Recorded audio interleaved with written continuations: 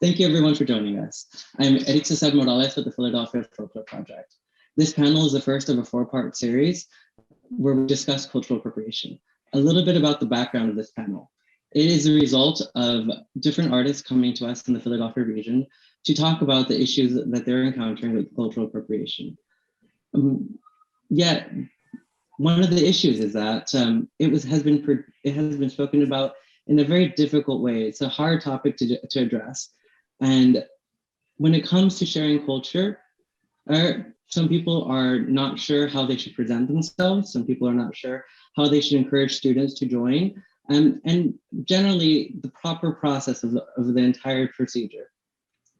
So rather than have a discussion about the good, bad idea of cultural appropriation, we decided to break this stuff down into multiple different parts. The first panel we're going to have, which is today, is on cultural lineages. It's addressing the need, rather than thinking of culture as a birthright, to think about it in terms of your lineage. Who are your mentors? How are you actively a part of this unbroken chain of tradition? Our next panel, which will be in 2 weeks, will be addressing teaching, pedagogy. How do you teach people of different cultures, of different skill levels, of different backgrounds? And the third one will be engaging in how do people who are active cultural artists engage in community reciprocity? How do they function and as resources to give back to their communities? And our last one will be looking at the role of arts organizations in this very difficult subject matter. These panels are made possible thanks to the Pennsylvania Council on the Arts, who is funding this as part of our Technical Assistance Workshop series. Also, it is thanks to the Urban Artistry and the American Folklore Society, as well as the numerous donors, friends, and artists that we have worked with at the Philadelphia Folklore Project for the past 34 years. You are all wonderful and appreciated. So let me get underway. First off, I want to introduce all of our panelists we have today. I will give each of their names, and then then we'll go alphabetically so they can each introduce themselves. We have Susan Lankin-Watts, Kenneth Bernie, Rebecca Manandic, and Mahusmita Bora. Let's start with Maru. Maru, can you introduce yourself and your art and a little bit about yourself? Namaskar. Good evening, everyone. Thank you, Eric. My name is Mahusmita Bora. I go by she, her pronouns. And I am currently on Lenapehoking lands, also known as Philadelphia. And I am an Assamese American performing artist. More specifically, I am a practitioner of Sattriya, which is a 500-year-old ritualistic movement tradition, music and movement tradition from the Vaishnav Hindu monasteries of Assam in India. Thank you. I'll keep it short. Thank you. Let's move on to Kenneth Bernie. Can you please introduce yourself and a little bit about your background? Hi, everybody. I have my degree in ethnomusicology, and my major was in voice from Juilliard. And I've been involved in Afro-Cuban religion and Afro-Cuban music for the last 54 years. I went to Cuba to live and study and back and forth, and I've been teaching this culture and lecturing on it, and I don't know, just about the majority of my adult life. Thank you. Let's move on to Rebecca Menendez. Aloha kako. I'm Auntie Becky. I am living in the island of Merced right now for the past 40 years, actually. I teach Polynesian dance, which includes Hawaiian, Tahitian, sometimes New Zealand, and other of the South Pacific Islands. And thank you. That's what I do. Thank you. Susan Lankin-Watts. I am a 4th generation Klezmer. My great-grandfather, grandfather, mother were all professional musicians and klezmers, meaning that they played Yiddish music, they played Jewish music, And I, like them, am a musician, and I play Yiddish music. And I studied classical trumpet, but grew up playing klezmer music, and which we called Jewish at the time. I didn't know it was klezmer at the time I was doing it, and that's what I do. I sing and I play the trumpet. Thank you very much.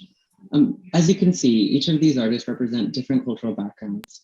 Some are musicians, some are dancers, and they each have a different approach to their cultural lineage. Now, the concept of cultural lineage is important here, mainly because when we engage with issues of cultural appropriation, things are entirely different now than they were even 20 years ago or 30 years ago. Globalization has changed the way in which we engage with other cultures, how cultures bounce off of each other, and it raises interesting questions about even concepts of what is cultural appropriation. We are living in an age where, for many of us who are folklorists, understand this concept of enculturation, where we grow up in and we are absorbing the culture of our background. But globalization means that we are now in an age where we are absorbing cultures that we may not be exposed to in our immediacy. We may be exposed to them via multimedia, social media. We may be exposed to them through our neighbors or through books, television, a variety of different formats.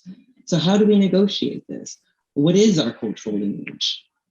Is it your birthright, or is it something that you nurture and you actively create? So now I'm going to ask each of the panelists a question about their cultural lineage. Let's start again with Maru. Maru, can you please tell me a bit about your path to becoming a culture bearer for your artistic tradition? What is your cultural lineage? Thank you, Eric. So more than a cultural bearer, I feel like I'm still, I classify myself as more of a steward and a student of my tradition, a lifelong student of my tradition. It is 500 years old. Clearly, I cannot learn, even barely scratch the surface in this lifetime. It's with deep reverence and love that I do what I do to protect the legacy and document the form that has been handed to me. So as I said, I am an Assamese American.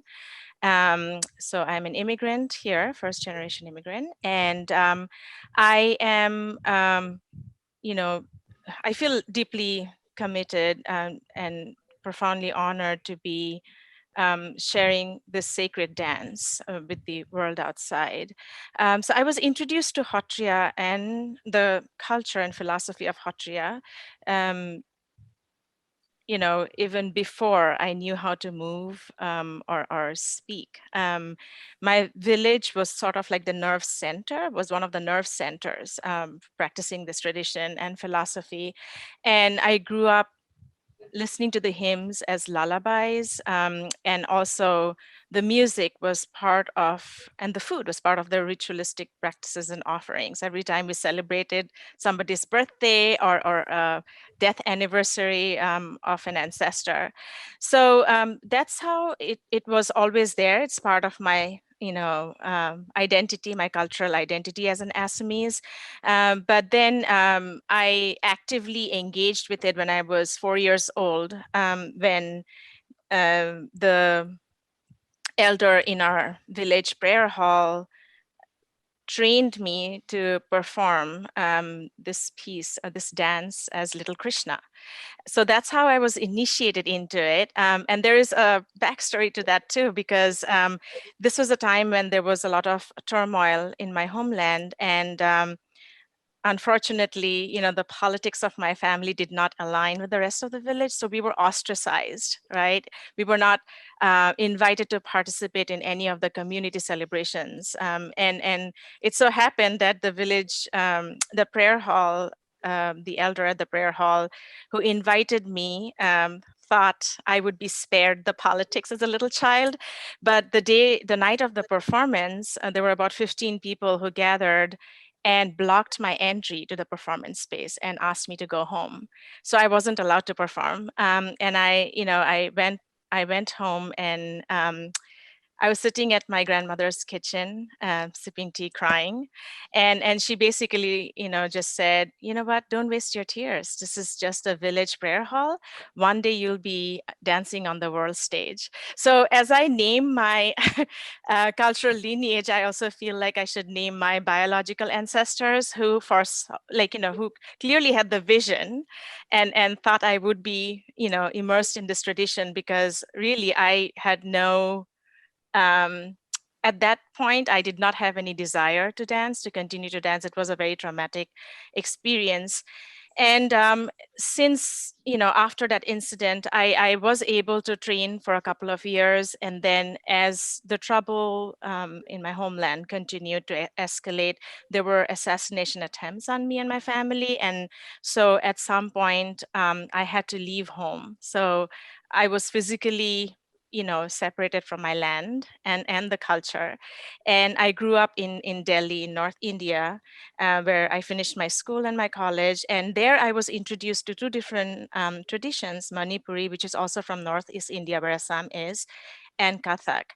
And through Kathak, I also, got introduced to the whole Guru Shishya Parampara, we call it, the relationship between a student and a teacher, which is the hallmark and foundation of every classical Indian dance tradition, right?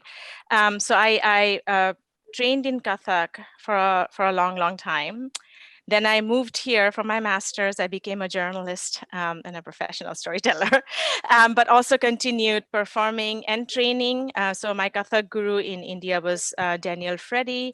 And then when I came here, it was Guru Janaki Patrick in New York. And I trained with Janaki Didi and performed with her for a few years. And but Hattriya always tugged at my heartstring, right? But I was also trying to resolve my own internal conflict with my land and my people. And it was in 2002 that I went back and kind of established a link and also connected with the monastery. And that's when I met my teacher, who continues to be my teacher now, Gubindada. And then in 2007 was when I hung up my Kathak bells and really deeply dove into Hattriya. And since 2008, this has been my life, studying the art form, telling its stories. And now I feel like, it's an oral tradition, and my body has sort of become an archive, which is also like this deep realization that until the 2000, Hattriya was not readily accessible to women because it was practiced by celibate monks, within the four walls of a monastery, and very rarely seen outside of Assam. So now, as an immigrant living in diaspora, my practice grounds me by actively connecting me to my roots and myself. And like I said, I wouldn't have the audacity to call myself a bearer, but I am definitely a lifelong student. Thank you so much. Your story actually touches on a number of important points. One is that we do grow up immersed in our own cultures, like I said, with enculturation. But then there's also this active choice to really align yourself with a certain lineage. And that could mean a lot of struggle, and particularly your story, which is extremely powerful. I would like to ask a follow-up question, and that is, why are you, how do you approach your identity, if not of one as a cultural bearer?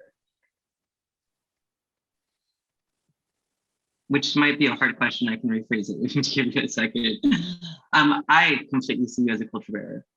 What is the reason that you aren't as likely to see yourself as one?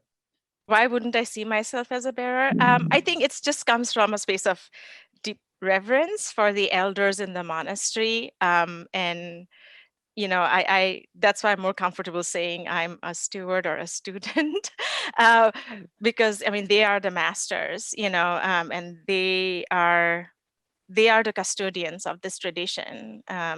So it's in deep reverence to them that I see myself more as a student and a steward than a bearer.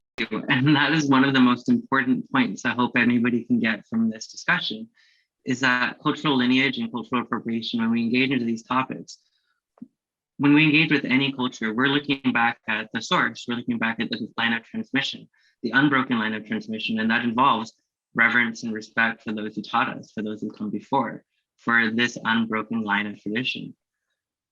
Oftentimes when people engage in issues of cultural appropriation, and again, this concept is really complex, but there is this lack of respect and this lack of reverence. And we can talk about that in terms of appropriation versus appreciation, which gets thrown around a lot. But the idea of where is the difference between that line? When did somebody move from appreciation to appropriation is so very thin. But the question of, is somebody engaging in an idea of respect and reverence? That's not. So thank you for that. I'm going to move on to the next panelist and ask them this question as well. Kenneth. For me, cultural lineage can come a lot of different ways. It could come through bloodline. It could come through your mentor or the person that introduces you, takes you to the level, you know, where you are part of it, that you are immersed in it. I think it depends on a person's passion, on how deep he wants to learn, he or she wants to learn a certain thing. Plus, it depends, when you want to talk about cultural lineage, some things are taught, some things are earned. So it depends on how far a person is willing to go sometime to learn a particular thing from a person's, you know, culture, from a person's, for example, when I first started studying Cuban music, I had no idea what I was doing because I was born in the Bronx in New York, and I heard New York, Puerto Rican salsa, okay? And my mother was the classical singer. I was supposed to be Paul Robeson. So listening to salsa or anything like that just took Mama Lucille to another world, okay? Because I was supposed to be Roland Hayes, Paul Robeson. So when I heard this music, I didn't speak Spanish fluently. My mother wanted me to speak French, but it always reminded me of tropical and sunshine, and everything was happy all the time. So I didn't care if I understood Spanish. Okay, the music made me feel good. And then the more that I started, you know, studying what it was, I found out that it originally came from the son in Cuba, and I started listening to Cuban son, and I got more immersed in it. And then I met a man named Orlando Antonio Rios Alfonso, also known as Puntilla, which means like little nail, like little thumbtack, because that was his nature. Plus, he was a small man, but to hear him play and sing, it was almost like God opened up heaven to you, and you've never seen or heard energy come out. This little man like this, I mean, it was enough to frighten you. And where my energy was in the music, I said, this is the only person I can be around. But the way he was, he wasn't going to teach me. I had to be about it. I had to live it. I had to walk the same walk. So in other words, he made me earn it before he taught me anything, before he wanted to see if I made that sacrifice, like the sacrifice that he made to learn what he made. Because a lot of things that are African-based, like in India, like in a lot of, quote, I hate this word, indigenous countries, a lot of those things are of oral tradition. And for someone to share, they might share surface with you, but to share the in deep of it, they want to see your worth. They want to make sure you're a good person. They want to make sure the knowledge is not going to be bastardized or chopped down or mistaught. You know what I mean? These are a lot of things that go in a person who is supposed to be, you know, someone who shares. I don't like to use the word teach. Someone who shares, and people confide in them because they know that their information and their sacrifice and their knowledge is the real deal, so to speak. But that's quite a responsibility on who and how you give things to if you want the thing to be perpetuated, to remain. okay, to remain. So it goes on. You have to be careful on how you give certain things to certain people and how much, because you don't want your lineage to be cut off or misrepresented. It's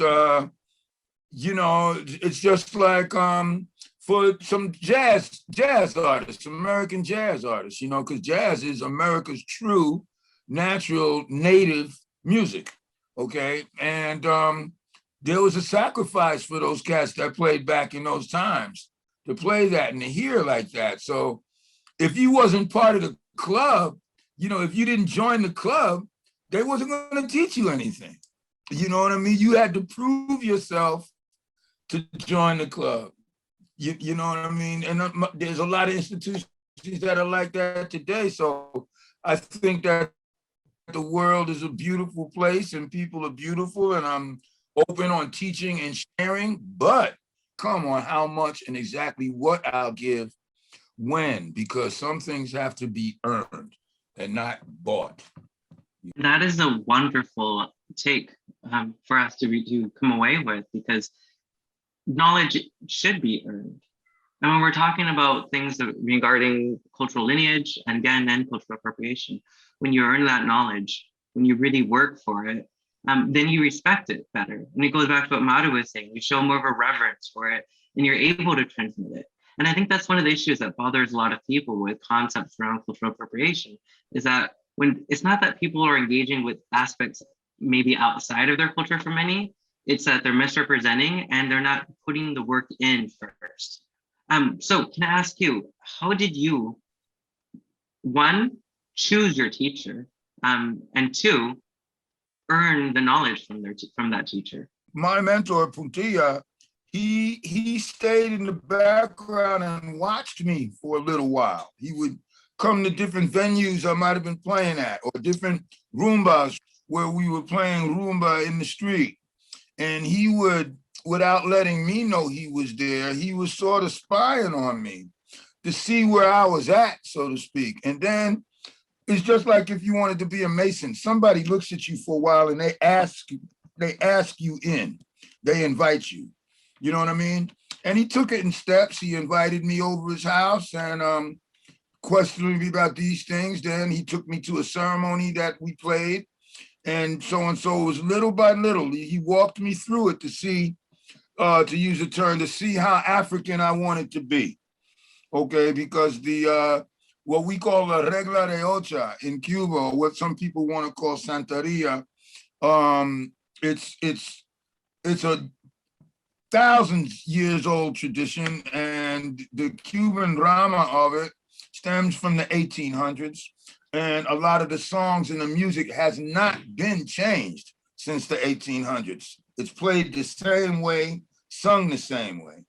And now with what's happening in Cuba with the influence of hip hop and everything else, a lot of the traditional, what we would want to call Cuban classical music, the real son, the real danzón, the real cha-cha-cha from Jorin, the real Ocha music, the real Bantu music, the real music that came from Dahomey. Because see, the reason why music in Cuba was so profound, because you had so many different African nations that came into that one island. You had the Malenques, you had the Yorubas, you had people from Ghana, you had the Moorish people like the Ganawans.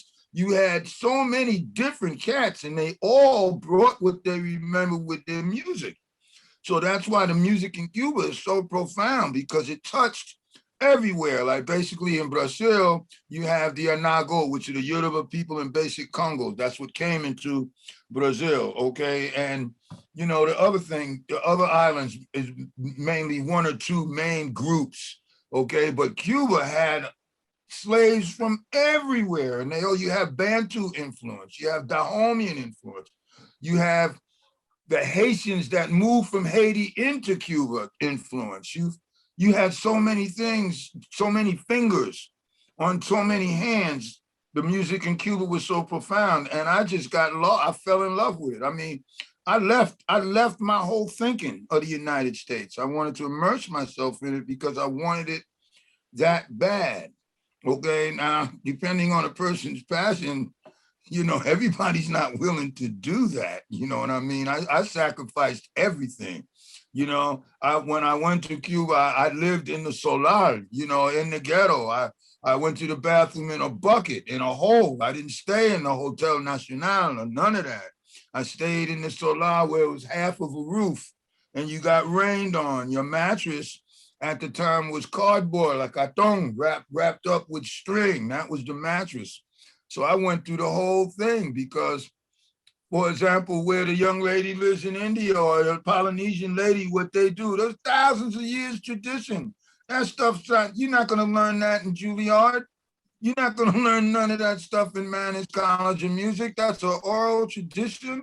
And your grandfather or your great aunt or whoever, you know, the spokesman was, passed that down to you because they loved you and they wanted to get it right. And they put you through changes to get it. And if you couldn't do the changes, you didn't get it until you earned it. So, you know, this is something that's not going to stop when it comes to indigenous countries, indigenous music. You know what I mean? You just can't walk in and get something. And what's that saying for the people that sacrifice to get it? You know what I mean? And you did nothing. That's not saying you couldn't do it or you don't have the talent to do it, but you sure didn't pay any dues to get it. You know what I mean? I think that has a lot to do with cultural lineage. You know, it's like I said, some things can't be bought, you know? Definitely. And you brought up a number of very important topics.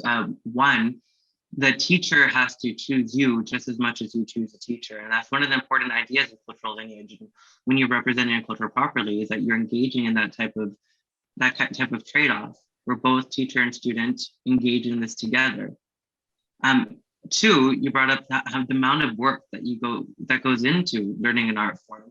And three, one of the things I thought was wonderful was that in Cuba, we had this amazing amalgamation of all these different cultures, not just existing next to each other, but learning from each other, actively sharing with each other and developing into something different and beautiful, but that is rooted in this history. Thank you very much, Kenneth. Now we'll move on to, since you announced yourself as Auntie Becky, I hope I can call you Auntie Becky. Yes, Auntie Becky. yes. So, what does the term cultural lineage mean for you and your artistic tradition? Cultural lineage is extremely important to the Polynesian culture. It generally stems first from a loving environment. Being born in Hawaii, I always knew that I loved what was there. But my dad was military, so we moved around, and the culture just kind of follows you around. If you're from Hawaii, you become part of that, you know, the islands. And so when I was 7, my aunt took me for the summer and I learned my first Hawaiian and Tahitian dances. So it came directly from a family member, but it was just for fun. But for me, it was never just for fun. It was always, that's what I wanted to do. I knew at that time already that I wanted to dance. And it wasn't at that time that I realized that it was cultural. When you're 7, you don't understand that it's cultural. You just do it because you love it. And so as I grew up and we moved back to Hawaii, I would take hula lessons from whoever I could find until one day I found Mrs. Lillian Vincent from the Big Island, and she was on Oahu with her husband, and she would teach classes at the military base, which I had access to because family worked there. So Mrs. Vincent taught me so much without even telling me what I was learning. I just was a little sponge. I would absorb everything that I could that she was willing to give. And so I became her advanced student. And when I unikied for what we call hapahaole music, I know it sounds odd to uniki. I was her lead dancer, but for our uniki program, our show, we did all hapahaole because the venue was military and people didn't understand the Hawaiian language. And at that time, that was just at the beginning of the resurgence of Hawaiian culture in Hawaii. They call it the Hawaiian Renaissance. And this was like in the 70s. An amazing thing was starting to happen. At that time, we only learned things in English. All the terminology was English. But when I moved on to doing performances down at Waikiki and had different choreographers, you immerse yourself in everything that they want to teach you. And you learn that it's not only just a dance, you are interpreting and you're giving back to an audience that is there. Can I interrupt you for a second? Can you explain to the audience what uniki means? It has many meanings. It can be a show. It can be a graduation. It can be a performance. So it has many, many meanings. But the last performance I did with Mrs. Vincent was an uniki, and I graduated from her school. So that's an uniki. And so anyway, so moving on. So I went to Waikiki and danced for a couple of years. We performed at Hilton Hawaiian Village. We performed at all the major hotels. The original Duke Kahanamoku is with Zulu, who was Kona on Hawaii 5-0, and then traveled over to Japan. And Japan was interesting. I met some real Tahitian people like Kokohotahota, and another show that was there. So that was really heavy exposure into Tahitian to be able to see them. Because even though we did Tahitian in class, being in class is different than seeing a real group from that island. So that was exciting. And later, Koko Hotahota became a huge mentor of mine and taught me many, many things. Anyway, back on the island, you had choreographers like Luana Sala, you had Leinala Kalamahaini, and everything that I could pick up from them, I did. And then moved on to the mainland where I ended up staying. And of course, I was the only dancer or teacher between Bakersfield and Sacramento for a long, long time. And I didn't go to California expecting to teach. I was just wanting to dance again because nobody was dancing. So I ended up forming a dance troupe and beginning to teach. But it was not my intention to teach. So when I began to teach, then I realized I got to do more research. So every Hawaiian person that came to the Bay Area, that came to California, I would run down there and take every workshop that it was possible for me to take. Hawaiian, Tahitian, New Zealand, Maori. It was very, very exciting. And then thinking of other mentors, I mentioned Coco for Tahitian.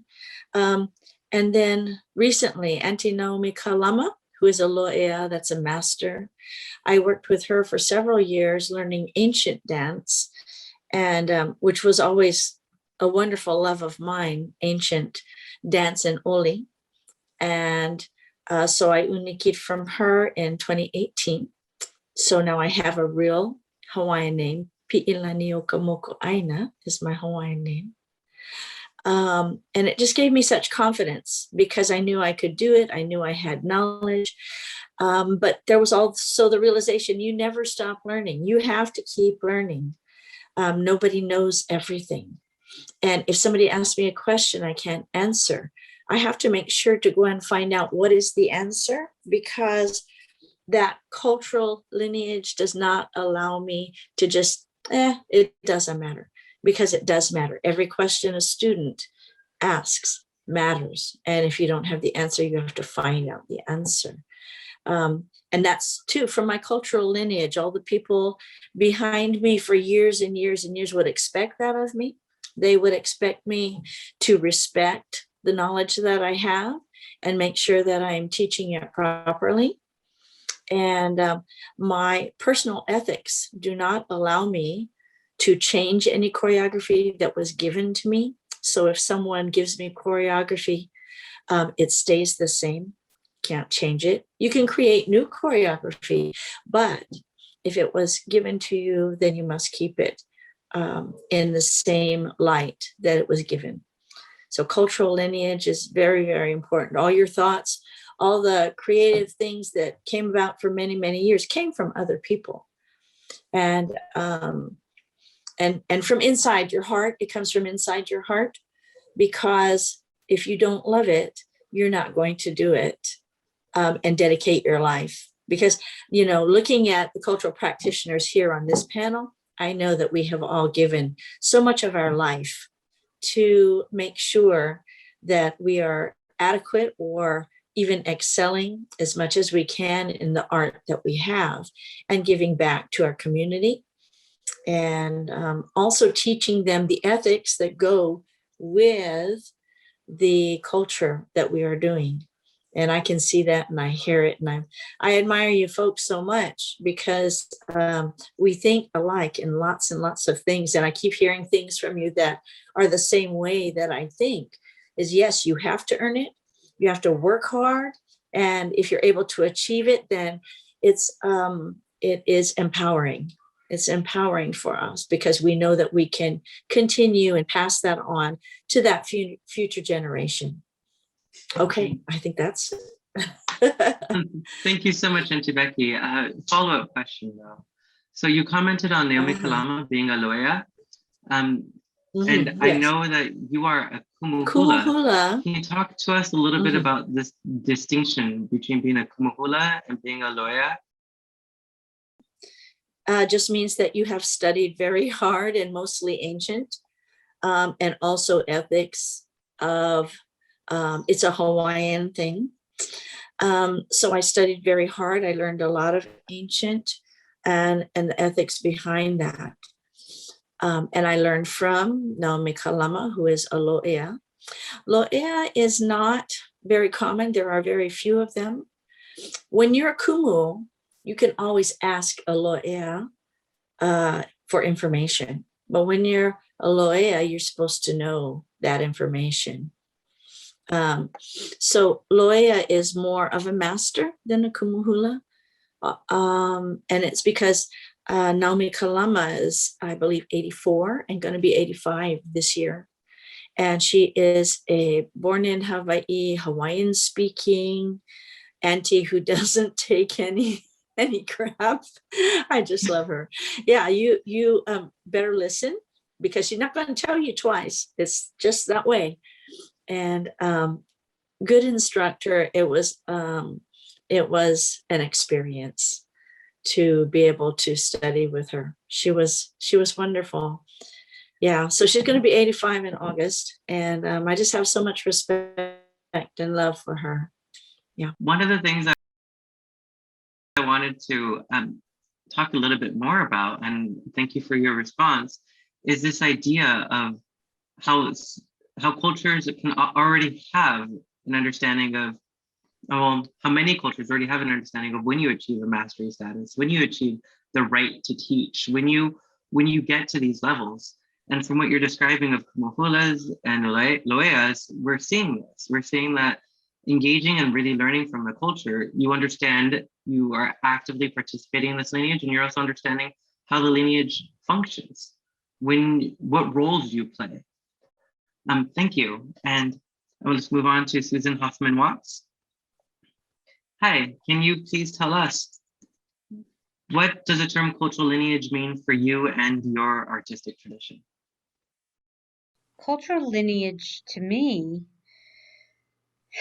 means taking the context of art, of the arts, meaning music, dance, literature, the culture, language, thought, philosophy, taking the whole of a culture and continuing it generation after generation after generation. My particular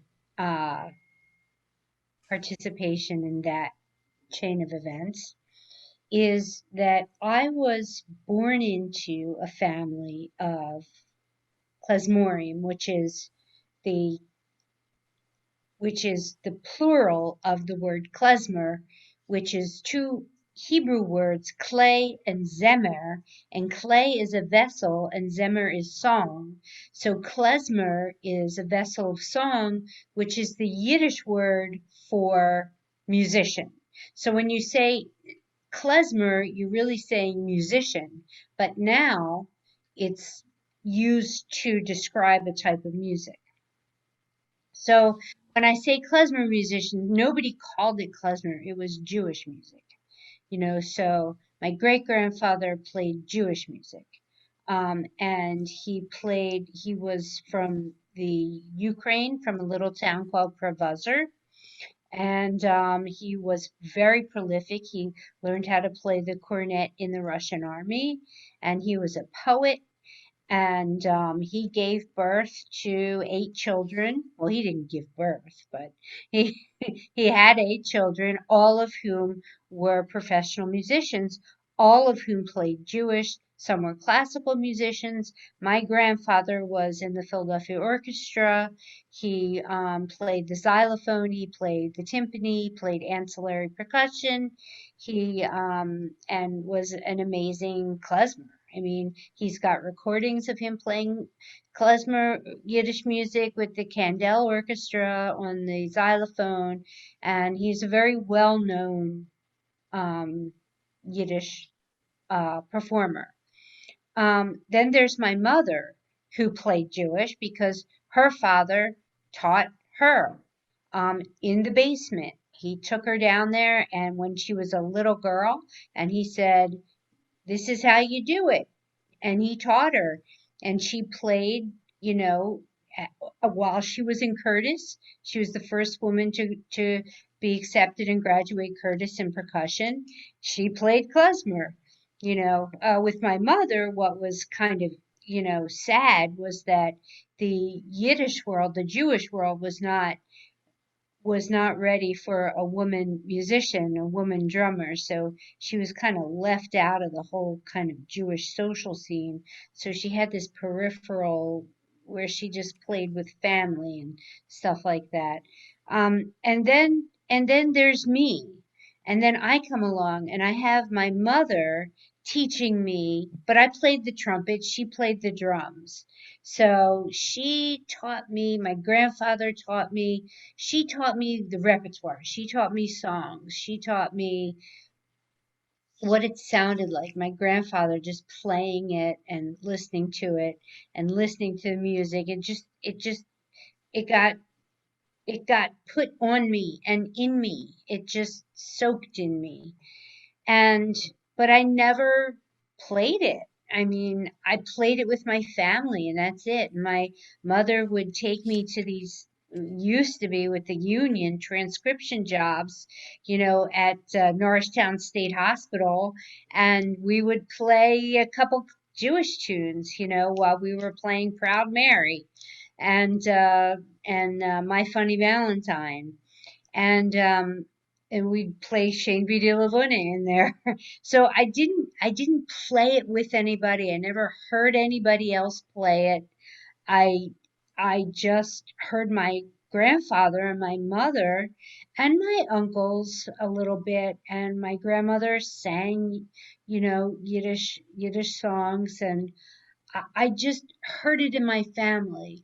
And I was a classical trumpet player, studied classical, went to conservatory, always played Jewish with my family, never thought anything of it until in 1999, Hank Snetsky, who is a Philly guy, called my mother looking for my grandfather. And she said, "Well, you missed him. He died." And she said, "But I play the drums." So he kind of discovered my mother and couldn't believe A, how good she was, and B, what authentic, amazing klezmer from the Russian army she was playing. So she got kind of sucked in a loving and good way. Let's not say sucked in. She was enveloped by a scene of people who found this music in records in their grandparents' attics rusting away, because with the Holocaust, besides the millions of Jews that were exterminated, there was a whole culture that died. And the Jews that came to America wanted to have nothing with it.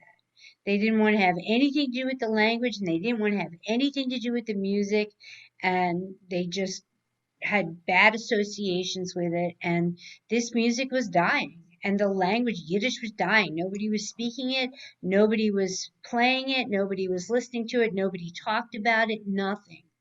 So people like Hankus Netsky, Henry Sapoznik, and people like Mark Slobin found this music, found records of this music, and they were like, oh my God, this music is amazing. This is the music of my grandparents, of my great grandparents, of my parents. And they did research, and they found they found out about it, and they found records, and they found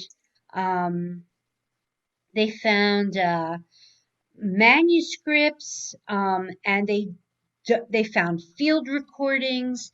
They found lots of songs. They did lots of research, going to old people and saying, sing this for me. What songs do you know? Like trying to get to people before they died, like trying to fill in the blanks, because there was so much we didn't know, and there's still so much we don't know, because we can only know what recordings we have, and those are far and few between, considering how many hundreds of years of history, and it was killed in 4 years. It was just decimated.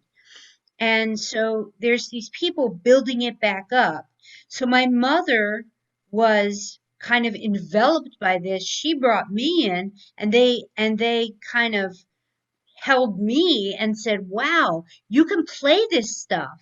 But I had no idea what I was doing. I mean, I didn't know any repertoire. I had no idea what the ornaments were called. I had nothing. I had no words to describe what I was doing. I was just doing it. And I had a huge education in this world of ethnomusicologists and folklorists, and just musicians who passionately dug deep and found out who, what, when, where, how. And I felt, in terms of my cultural lineage, I feel a responsibility to kind of take on the culture, the language, the thought, the music, the dance, the literature, to be cognizant of it all, and to spread it all. I mean, one of the beautiful things about Judaism is that we welcome the stranger. On Passover, it's a mitzvah. It's a good deed to have a stranger come at your table and partake of the Seder, so that you can share the essence of freedom from slavery with them. There's a beautiful story in the Tanakh. In the Tanakh is the 5 books of Moses, in the what you call the Old Testament, and there's a beautiful story about Ruth and Naomi. And Ruth, who is a Moabite, who is not Jewish, says to Naomi, who is Jewish, your people will be my people, and your God will be my God. And Naomi takes her in and envelops her and says yes. And so that is the tradition of Judaism, to welcome the stranger, to welcome someone in. What has happened traditionally is that because of anti-Semitism, Jews are reticent now to kind of do that, and they're a little more protective of it. So that's why Judaism can sometimes seem insular, but philosophically, Judaism is open for everyone. And in terms of my responsibility of my cultural lineage, it is my responsibility to welcome the stranger, to show the world about Klezmer, about Yiddish thought, about Jewish philosophy, about these people that were almost not that were annihilated, that were almost eradicated. And that's that. Thank you so much for that very moving story and for bringing in this other concept of responsibility. I mean, it's not just that we have to pick our teachers wisely, pick our students wisely, and we also have a responsibility to the traditions that we're a part of, that we're engaging in. I want to build off of what you just said, and for the interest of time, I'm going to open up this question to anybody on the panel. For someone outside of your artistic tradition or outside of your cultural tradition, what is the best way for them to begin learning and engaging in that tradition? How do you go from the outside to becoming included? For klezmer music, what winds up happening is people hear it. They hear the music, they go to a dance and they dance to it, and they get just like I'm terrible. It's Kenneth. Just like Kenneth was saying, when he listened to music, it made him feel something. It made him feel happy. It made him feel good. And so people experience what's good about Yiddish music. They feel the feelings that it evokes. And there's all sorts of different cultural intensives. There's Klez Canada, which is a week-long cultural submersive camp where you learn music, you learn language, you learn dance, you learn art, you learn poetry, you learn everything. You go and you just immerse yourself in the culture. There's also Yiddish New York.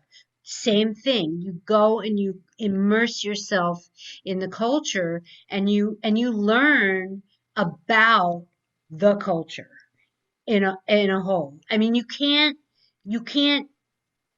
the culture that this comes from was in Eastern Europe and Europe, Central Europe, in Jewish enclaves. We don't have that anymore. So there, you have to kind of adapt it, to America or to, places that aren't cultural enclaves anymore. And you have to kind of adapt it. And that's part of cultural lineage, the cultural continuity is the ability to adapt. What do you do when your people are killed? How do you move on from that? And so this is one of the ways to do it. Well, your opinions and what you're sharing with us are really powerful, that we do have to adapt and that there are ways to approach things, and by immersion. Thank you very much for these comments. Auntie Becky, you had your hand raised. How do you find it best for someone who is outside of the artistic or cultural tradition to start learning about somebody else's culture? Being here in California, the majority of people that I teach are not Hawaiian or Tahitian or Polynesian. I have a few, but not really a lot. So the people that come to me, they come to me for different reasons. Sometimes they come as part of a school project, or sometimes they have learned from me in a school, or sometimes they just think, oh, this is cute, I'll do this for the summer. So the entry point for all the people that we teach is not the same. It's just part of their journey. And whether they move on to study the art form more culturally, that kind of has to do with them and where they are in their life and what road God gives them. Because, for me, I'm thinking my road was given to me. It had lots of stones, but I had to navigate the stones to keep going. So I think that people that come into a culture, they fall in love or they don't. They might just like it. They might just want to have fun. But so those people that you teach that are just having fun, you give them things that they can relate to. And that's where their love starts to develop. And if they want to learn more, they'll let you know and they can move on to advanced class. But the other thing too is I have assigned books to different people because I think they're heading in that direction. So reading, video, all of those things that happen now are really, really important, and research. So if they're really interested, I ask them to research a specific subject and see how they do there. So like I said, the entry point is not the same for all people, and their interest level is not the same as, you know, when they start, they grow, people grow. And so the best way for them to really learn a culture is to start with how much love they have for that culture. So, and to just discover that is an amazing thing. So as Kumu Hula, it's my kuleana responsibility to bring them along and give them the information they need to develop and make sure that they're learning the correct things so that they find themselves one day in a position to learn more and fall in love and become a teacher or become a practitioner. So that's how it starts for me.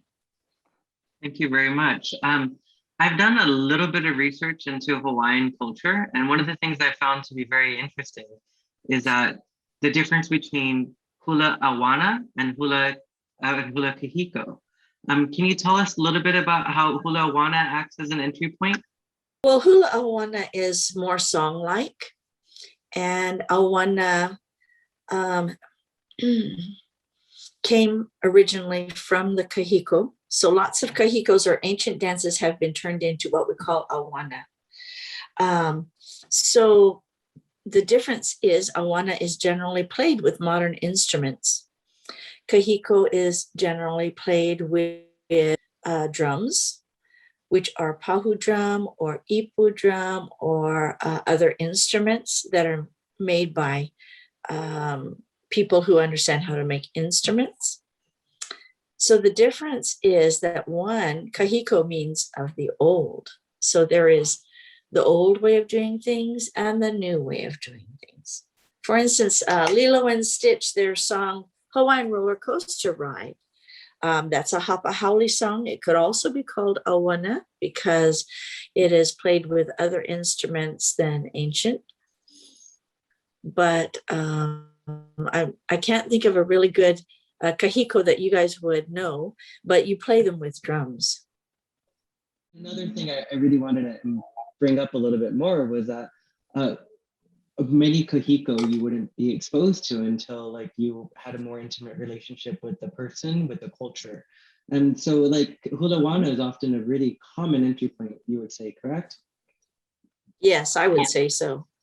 Yeah, because I don't just teach ancient to anybody. They have to earn it, right? Exactly. Ken, you got to earn the right to do kahiko. So, and that goes yes. back to what Kenneth was talking about. So Kenneth has his hand raised currently. So Kenneth, can you tell us, can you answer this question for us? How should someone outside of the artistic tradition or culture begin learning it? For me, the first step is, let's see if the person's coming over. Let's see if they can keep an appointment. You know, a lot of times I'm doing a gig or something and people get lit up on the music, or you take a solo that night or whatever, and everybody's in your face. Oh, man, do you teach? I'd really like to study. And this, I'm not even talking about any secrets now. I'm just saying general Afro-Cuban percussion, you know, learning how to play mambo, learning how to play dance music. And a lot of people have what I call a lot of lip service. My first thing is, can we see if you even follow up? Here's my number, call me, okay? I'm open, I can help you. I'll share with you what I have. This is what I say. I let them know, well, you want to say maestro, but you know, I'm just an older student than you know, because it's never over. So there's a lot of stuff that I don't know that we might be able to find out together. You know what I mean? But you got to come over to the house first. You got to keep an appointment. You can't tell me you're coming over at 1 o'clock and call me at 1 o'clock and say that you're not coming. I mean, that's the first thing for me. Can you show up? Okay. Now, if you show up, now take it from there. I'll give you some elementary stuff, you know, because you got to remember, music is not everybody's friend. Some people can't hold a power tool, okay? Some people can't tap their foot. I don't know how many classes they're going to take, you know. Music is not everybody's friend, you know, but you got to have listeners too. Otherwise, we're playing through the air, you know. I mean, you know, we can play to God. We do that anyway. People don't understand that, but real musicians, we're playing to God anyway. Anytime we sing or touch anything, it's God's music, you know. So, but the main thing is show up to the dance first, and then we'll take it from there, little by little. Everything is not for everybody, you know. You don't throw somebody in the deep end of the pool. You know what I mean? They got to go through shallow water. And like the young lady said, you said, if they want more, they'll let you know because they'll be on your doorstep. It's like the Kung Fu movie. You know, the master says, get out of here. And this guy keeps knocking his head on the ground every day. He's coming to the master's door to show him that he wants it. Okay, but like I said, that all comes. Show up for the dance first. You know, that's the start for me. Like, keep your word and come on over, you know. And that's how you start with me. Thank you.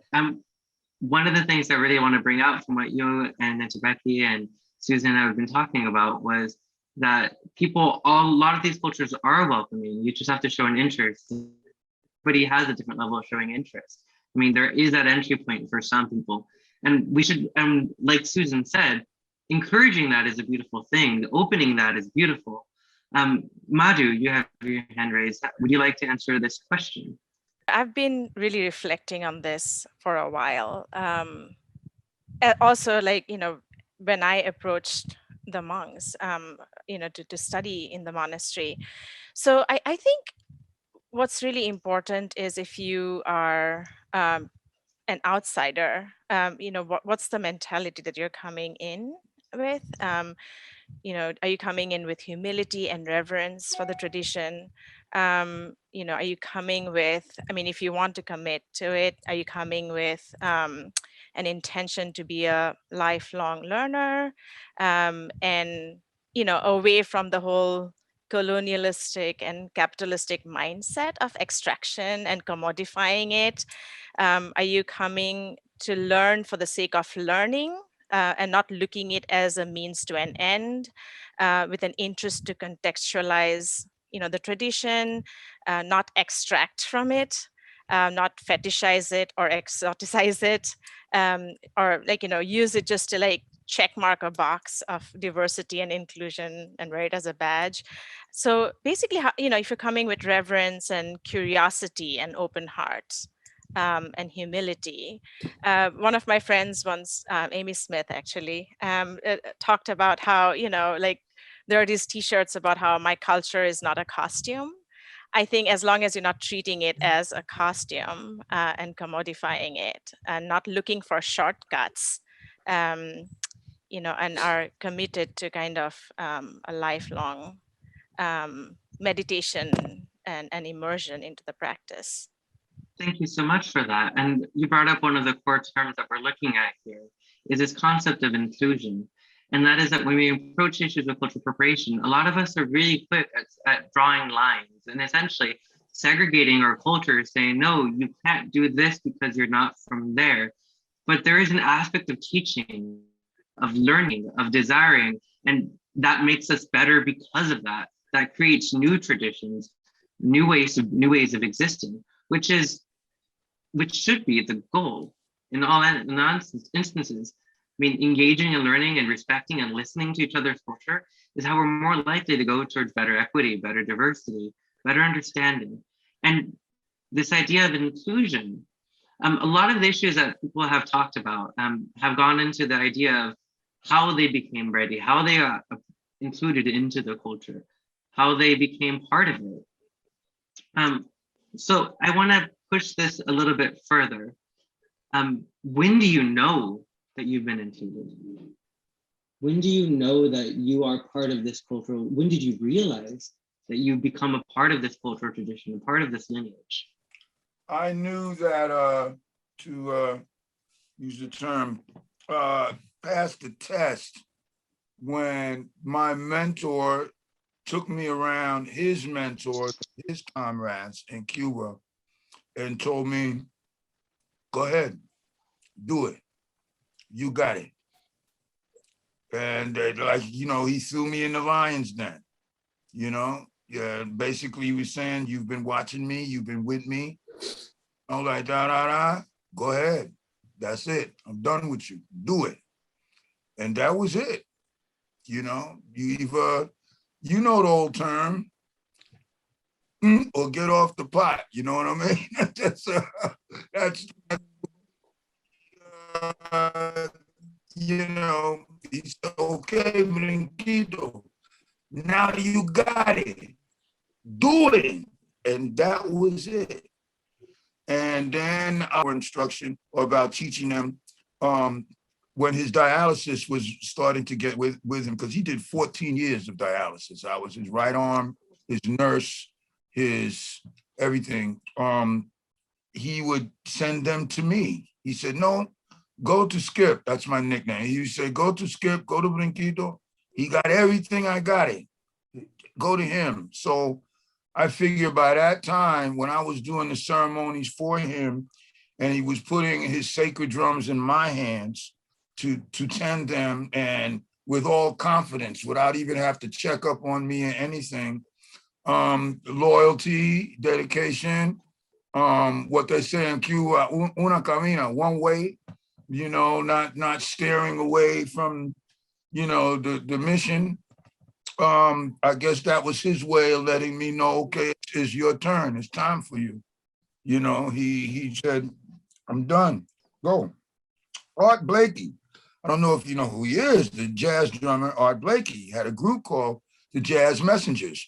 And he would take young musicians, your sax player, your trumpet players, your bass players, whatever, when they were like 15, 16, and workshop with them with these jazz tunes and everything and hone them. And when they got 17, 18, he let them go. It was like taking you, you know, you're the ferryman, you're ferrying people across the river of life. And when they're ready, then you say, go ahead. You know what I mean? But like the lady still said, certain things gotta be earned. Your teacher is gonna take you when he sees you going ready. You're not gonna have to ask. It's gonna come out of the blue. You're not even gonna be ready for it. Puntia just threw me in the shark den. You know, so I wasn't ready, but I had to be ready.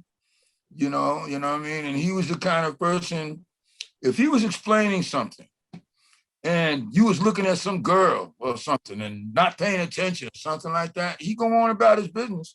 But then he'd be sitting at the table and play something with his hands real slick at the table. And you say, oh, Padrino, do that again. He said, it pass. You know, it went, it left, because you're not paying attention. So he wanted to see if you was paying attention. It wasn't, Cubans don't teach with a soft hand. They don't spoon feed you at all, because life is hard over there. So it's hard, and that's why it's definitely earned. But most of the time, your teacher will bring you, he'll let you know when it's ready. You don't have to ask, because most of the time you're not even there when it happens to you. Be like, today, now? Oh, you gotta be kidding me. No, not today, man. Yes, right now. You know, and that's confirmation for me. You know what I mean? Even though I grew up with this music, I knew I was included when I kind of joined this group of people, this large group of people, when I embraced, when we all loved the same thing together and we shared that with each other. And I had people who loved this music as much as I did, who loves this language as much as I do, who loves being together as much as I do, and celebrating the music and the dance and partying together and having fun together and crying together. And we don't have shtetls anymore. We don't have kind of enclaves, and to kind of be in these enclaves that are created, it feels like it's like a recreation of the shtetl. And so I knew then that I was there, I was included, I was part of the whole thing, that it didn't matter so much that my grandfather taught me, but what mattered was that I wanted more. I wanted to learn more. I wanted to be with the people more. I wanted to find out more about my history, find out more about my tradition with people who were looking for the same thing. We didn't have centuries and centuries of mentors to go to. We didn't really have the master to go to who was going to teach us. They're all dead. I mean, we didn't have that, so it was a little different. We had to kind of discover it together, and that's how I knew. What you're bringing up is another really important topic, and that's along the lines of community and context. When we talk about cultural appropriation, it's often happening by people who are not immersing themselves in the community, who are not representing the community, who haven't been felt that example of inclusion, who haven't learned and engaged in it. And this isn't to say, again, we should never silo ourselves out, and we should never silo ourselves out and refuse to learn or engage in other people's culture or learn about other people's culture. But before we represent it, we have to be included. We have to be part of that community and feel that, be part of that lineage. I have a question here for Rebecca, for Auntie Becky. You said that dances are created by an individual and are known by that person's name, that one can't change them. Can you expand on this? As in other cultures and practices, doing something exactly the way it was created is seen as not being creative. Well, there's different ways of doing things, isn't there? So if, say, a Kumu Hula gives me a dance, it is not my right to change their dance. I would pass it on exactly as it was given to me. So that is not something that I have created. It's something that was given. However, there are lots of dances that you can create and choreograph yourself. And depending on who is dancing it, they may or may not have the right to change it. I don't like it when people change my choreography because they like it better this way than that way. So I'm not saying you can't do it. I'm saying it isn't proper to do it. So that doesn't mean you can't create your own dance. But if you have no basics, if you have no foundation, how do you create a dance? So the purpose of having class is for you to come and to learn and gain that foundation. So at some time in the future, you will understand enough to be able to create something of your own. And that's wonderful because it also touches on to a different idea of what these dances mean to certain cultures. For instance, if we look at this dance as in a book, you wouldn't plagiarize the book and just completely change it. You would make it your own and keep that book. And these dances are that for many people. They are an example of this person's individual work. So changing it just little bit by little bit could be a form of plagiarism. This is oral tradition. The Hawaiians passed down all of their stories with their oral tradition that became dances later. The thing is that it's part of their history. So you can't really change their history. And by changing a movement, sometimes you can change the meaning of what that movement was. They didn't have TV or nothing like that. It was just like they told their history, they told their story, they told about their daily life. And it's important to respect that. Thank you very much. The next question we have is for Susan. This person is curious about your conservatory experience. Specifically, how is learning from a conservatory, that culture, compared with your experience learning klezmer? Well, I was learning how to play the trumpet. So, I mean, I went as a trumpet player and I was learning the repertoire, and I wasn't like delving into the lie. I wasn't a music historian. I was a trumpet player. And so I didn't like, if there was any culture, it was the culture of classical musicians that I was into. So I wasn't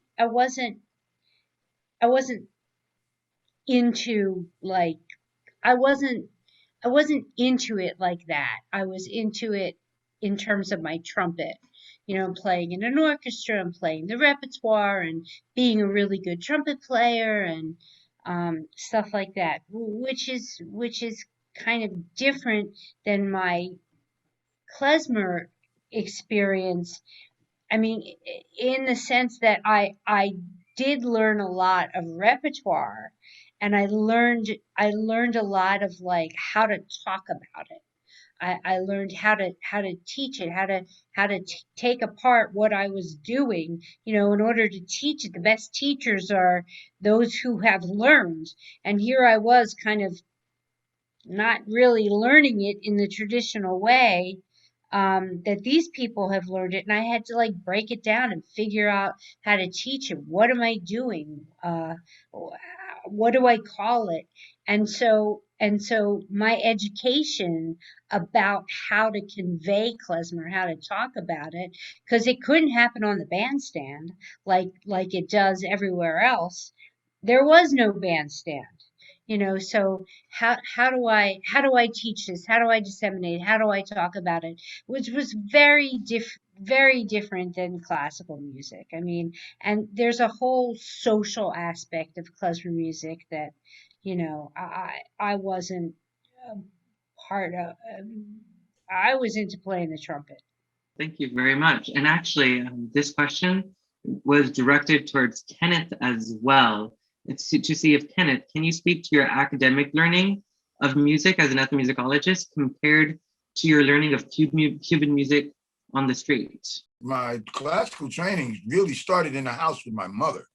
That was first. Voice lessons from her, vocalises, learning my scales, basic musicianship. And, I was supposed to be the baritone and bass section leader in my mother's choir and everything. And like I said, she wanted me to be Paul Robeson. And going to Juilliard, I mean, I thank God for my mother and that experience as far as learning music theory and things like that, because playing secular music and playing percussion in bands and things, it put me ahead of the game in a lot of ways as a percussionist, because I had theory behind me. And it enabled me to be able to sing and play at the same time. And I thank my mother and Juilliard for that. When I was doing my thesis, I don't know if you're familiar with it, it's a classical piece by Ravel. It's called Bolero. It's a standard piece. And I had to score part of it, okay? So me and my crazy self, I figure I was gonna make an impression, So I scored what I had to score, but I did it in bebop, okay? I did it in straight ahead jazz, like bebop, like Dizzy Gillespie, kubop.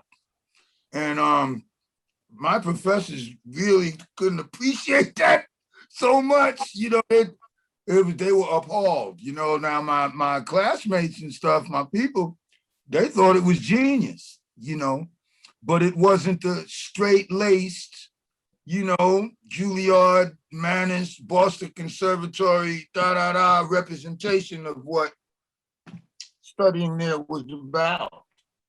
And then I was cordially asked to leave the program, okay, because it didn't fit their norm. Okay, so, and then I got a gig with Miles Davis and Joe Henderson, and it didn't bother me anymore, But, I thank my mother and I thank God that I went to school for the basic musicianship training. And, as a working musician, it put me far ahead of the game. I know how to read percussion charts. I can sing and play, like I said, it put me ahead of the game. But I thank my mother before I thank anyone, because that's the one that gave me the music and she birthed it in me, okay? And there's an old saying, Eric, particularly when it comes to drum or dance, no matter where it's from. Things can be learned. And depending on a person's passion is how far you can get. But some people have a natural gift.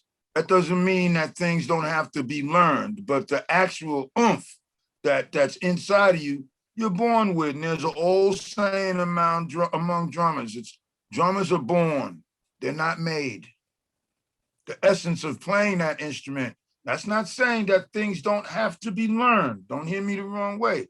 But the essence of attack to be a drummer or to be a musician or to be a dancer that winds up being profound. You born with that, man. And you learn the stuff you need to enhance that. But that initial oomph, you born with that when you come out to shoot, man. Some people got it, some people don't, but you born with that. Don't let anybody or any institution tell you that everything is digitalized and beep, beep, boop, beep, beep. Not like that. Not in indigenous music, it's not. It's oral tradition, and you got to be born with what we call the thango. And that's something natural that you're born with. One of the things that you and Susan are both bringing up very eloquently is this idea that there's this vibrancy when you learn from people directly as opposed to learning in an institutional format, because culture, there's nothing like it. Yes, it's not reified, it's vibrant. And I love that you guys are pretty much in sync with how you're expressing your thoughts on this question. You get some people that they don't really want to put in no work. They sort of tell fibs to themselves. So example, this lady that does all the Hawaiian and Polynesian stuff. Okay, so they're too lazy to call her and make an appointment to see the woman, okay, for whatever reason. But they think they can spend $49 on an instructional video and sit in their house and get it, okay? You might feel good for yourself, but it'll never happen. It'll never happen. You're not experiencing the energy from, where the movements and the isolations, what they're doing. You're not explaining. Your hands aren't hurting from hitting the skin. You have no idea what's going on. So a lot of people just, like I said, there's some people you want to teach, some people you say, thank you very much, keep it moving, because that's where they're at with it. Really not that hard to just want to teach or not. They sort of tell on themselves, they make it evident if they really going to be about it or not. It's not that much to decide from. It's just like life. You like this, I don't like that, for reasons. All indigenous cultures, they don't do nothing, play nothing, sing nothing, dance anything without reason. Everything has a purpose behind it, a story, a folklore. There's a message behind everything that indigenous people do. Thank you so much. And one of the things that you're bringing up that's just extremely powerful is that when you're learning part of that cultural lineage, when you have that mentorship, when you have that powerful student, that powerful teacher, there is a vibrancy, and that's what's needed to really represent the culture. That when you remove that, when you cut that off, when you don't have a lineage, when you're learning it from an entry point, and it's fair, it's okay, I'm not judging anybody for learning to start their learning from a video, but to really engage in that learning, you need the lineage. You need to learn it orally for this to be cultural, for this to be part of it. Can we say that a tradition in the diaspora is more static, is more unchangeable than the tradition in its native environment? I have an answer for that. It's very interesting because, one of the things that in the klezmer world that we're concerned about for so many years, we just wanted to play it exactly what we heard. We just wanted it to be what it was. We wanted to replicate and recreate what we had. And we're like, this is klezmer. So, but in a living culture, things change. I talked about adapting, things change, people change, life changes, circumstance changes, things change, all the different kinds of of American music happen through time, because it's iteration after iteration after iteration, and change and progress and making, and it's artists creating and envisioning and hearing. And one of the things that you know is evidence of a living culture is that it's growing, is that new music, new dance, new things are happening and new things are taking place. If it's only a snapshot and a picture of one point in time, then it's just that, it's a museum painting that never changes. You know, that's my 2 cents. Thank you. Thank you so much. Does anyone else have a comment that they'd like to add? Do you believe that the tradition is more unchangeable, more static in the diaspora compared with the source culture? Kenneth? Well, there's two answers to that. You know, things change, people change, the world changes, and you can adapt. And sometimes change is good, but because of the nature of people, sometimes change is not good. So I agree with change, but I don't think that all change is good change. When it comes to some traditional things, I think that because of, you know, like just like in Cuba, the music, the youth are taking over the music. They don't play the religious music like how they did in what we call the colonial times.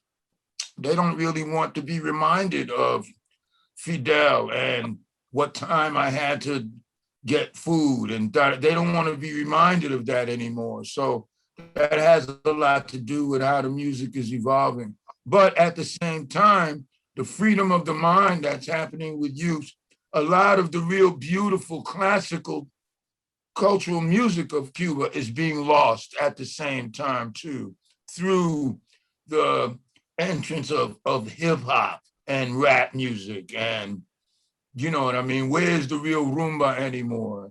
And the classical pieces like Como fue, como fue. I mean, you know, a lot of that music is being gone, you know. And so it has two ways. I think that things are supposed to be involved, but I think that certain things have to be maintained, because if you don't know a fundamental, what we call it in Spanish, un fundamental, if you don't have a fundamental of something, how can you build or make it something else? You have to have a root of something to evolve on. So no matter what changes, you can't go without the basics. You have to have a step. You have to have something that you're creating from. You have to be born from something, you know? So you want to create something, fine. Where you creating it? You had some kind of basis that you took before you started building. What I want to stress that's really important in the klezmer world is, I mean, there are things that make klezmer music klezmer. There are chords, there are ornaments, there are tempos, there are rhythms, there are grooves, there are things that make klezmer klezmer, that you can tell a difference from klezmer and jazz, because klezmer is klezmer and jazz is jazz. There's things that make jazz jazz. You know, there's things that make those same things make classical music classical music. So within the context of what defines it, that's how you move forward. You keep the integrity of the thing so that you still know you're listening to klezmer. It's not klezmer and. It's not klezmer and hip hop. It's not klezmer and Latin music. It's not klezmer and. It's just klezmer. Even though it's new creations, even though you play around with chord changes, it's still recognizably klezmer. And what's interesting, what happened in the 50s and 60s is that, you know, the people, that the musicians that were here in America didn't want to have anything to do with Eastern European music, but there was this Jewish contingent of people who yearned for who yearned for their home, who yearned for their homeland, but they didn't want to have anything to do with it. They wanted to be Americans. So what happened? Mickey Katz, he smashes klezmer with the rumba.